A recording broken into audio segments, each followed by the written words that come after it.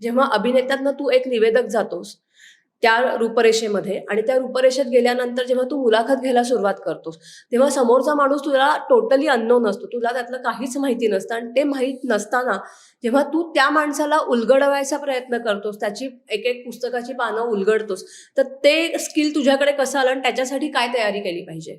म्हणजे माझी पद्धत मी सांगतो, की मला जर का मुलाखत घ्यायची आहे तुझी, हं.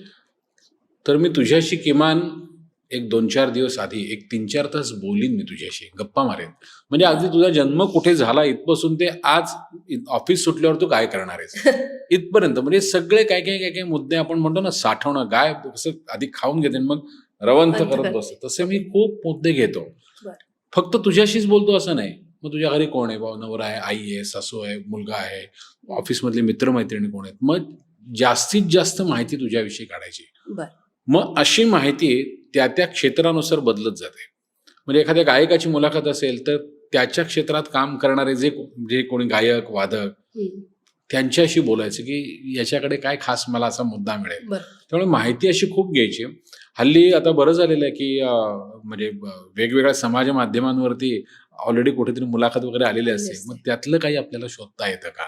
कधी-कधी एखाद्या मासिकात मुलाखत आलेली असते. मग त्यातलं आपल्याला काही शोधता येतं का?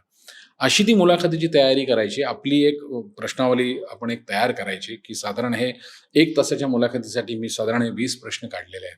बरं. वास्तविक इतके लागत नाहीत 1 तासाची मुलं. पण हं. कधी-कधी काय होतं एखादा माणूस खूप मोठा कलावंत असतो किंवा खूप मोठं कार्य असतं त्याच्याकडनं, पण तो तितक्याच ह्यानी बोलेल असं होत होत नाही. नाही. बोलण्यात थोडंसं एक कमीपण असतं ते. कमीपण म्हणजे कमी बोलणारा असतो. मग अशा वेळी आपली तयारी पाहिजे, की 20 प्रश्न मग मी त्याला 1 तास बोलतं करू शकतो. वास्तविक ते 7-8 प्रश्नामध्येच तो एखादा बोलणारा असतो. बरोबर. त्यामुळे ते प्रश्न असे काढायचे वेगवेगळे. दुसरी गोष्ट आत्ता आपण समोरासमोर आहोत, पण हं. कधी-कधी आपल्या समोर एक 100-500 माणसं असतात. बरोबर.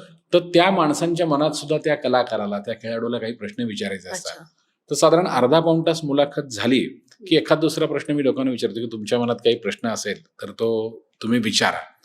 कधी-कधी त्याच्या उत्तरातून आपले पोट प्रश्न तयार होत जातात, अच्छा. की काहीतरी त्याने उत्तर दिलेलं असतं, त्याच्यात हं. पटकन दुसरा काहीतरी मुद्दा मिळतो, पटकन तो प्रश्न काहीतरी विचारायचा. हो. असं ते करायचं. आता गायकाची जर का मी मुलाखत घेत असेल, तर मी नेहमी हे डोक्यात ठेवतो, की साधारण 10-12 मिनिटं झाली, की त्याला थोडंसं का होईना गायला लावायचं काहीतरी.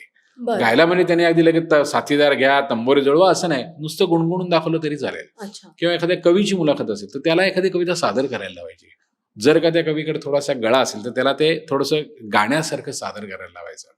त्यामुळे मी असं डोक्यात ठेवतो, की ते आपण म्हणतो ना, कधी हे, कधी ते, कधी हे, कधी ते, असं ते फिरवत राहायचं असतं.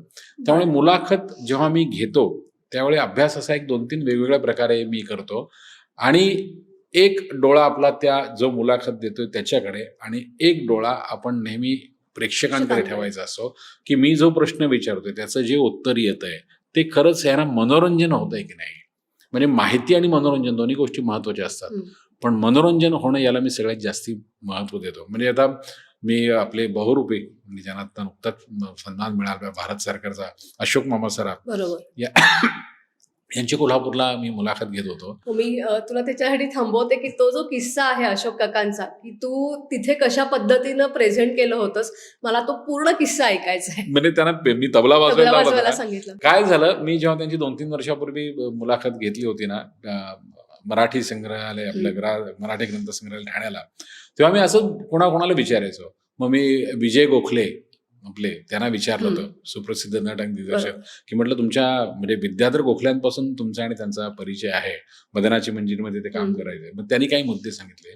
तसाच मी एक प्रश्न त्यांचे बंधू सुभाष सराफ ते माझ्या नाटकाला एकदा आले होते आणि बरं. त्यांचा नंबर माझ्याकडे होता. म्हटलं सुभाष आता काय अशोक मामाचं काय तुम्ही सांगू शकाल? तर ते म्हणाले, तुला माहिती आहे का अशोक तबला वाजवतो? अच्छा. म्हटलं मला जुजबी माहिती असं की हा ते एक सर्वसाधारण तबला असा म्हणतो ना, हं. की पण ते खरंच समजा कार्यक्रमात त्यांना वाजवायला सांगितलं तर वाजवतील? तर म्हणाले, मला माहिती नाही वाजवेल की नाही, पण तो तुला पडू देणार नाही. अच्छा. म्हणजे इतपत तो काहीतरी तबला वाजवेल. तर तो मी मुद्दा लक्षात ठेवला होता. जसं त्यांची ती प्रोफेसर धोंड ही भूमिका हं. आहे, ते मला लक्षात होतं, की हे कोंकणी म्हणजे ते त्यांचा जन्म किंवा बेळगावमध्ये, हम्म. तिथे कोकणात आपला गोव्याची भाषा त्यांना येते. मग ते सगळं ना मी नुसतं प्रश्नात नाही केलं. ते ऍक्च्युअल त्यांना तिथे तबला मी आणला, त्यांना तो वाजवायला लावला. किंवा आता हे लोकांसाठी युनिक होतं की अरे अशोक सराफांनी तबला वाजवला अगदी किंवा त्यांच्याबरोबर मी पेटी वाजवली. आम्ही काय फार मोठे वादक होतो अशातला भाग नाही, पण ते वेगळं आलं 5-7 मिनिटासाठी आणि सगळे एकदम चार्ज होणं म्हणतो ना, तर ते मी ठरवून केलं होतं. आणि ते अशोक मामाने मी आधी सांगितलं नव्हतं पहिल्या मुलाखतीच्या वेळी. नंतर मग काय नंतर त्यांना माहिती होतं की हा काहीतरी अशा गोगल्या टाकतोच, त्यामुळे ते सावध होते. पण मग एकदा सरावाचं झालं ना की मग अजून ते छान यायला लागतं. त्यामुळे तबला त्यांचं वाजवणं किंवा त्यांना तो कोड घालून केते नाही तो असे असं ते त्यांना ते करायला लावणं, हे सगळं अर्थात पुन्हा सांगतो तुमच्याकडे ना मुलाखत घेताना एक ना अभ्यासू डोळा पण असावा लागतो आणि थोडासा मिश्किल स्वभाव असावा लागतो. एक्झॅक्टली. की थोडंसं म्हणजे काहीतरी विनोद निर्मिती झाली पाहिजे.